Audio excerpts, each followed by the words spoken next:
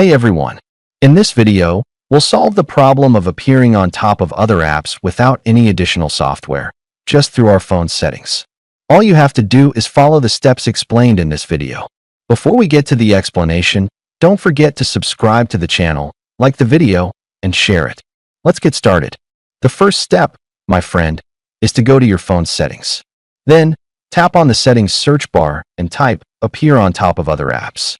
The first search result will appear. Tap on it. Here, you'll find all the apps on your phone that you can enable the appear on top of other apps feature for. Choose any app you want to enable this feature for.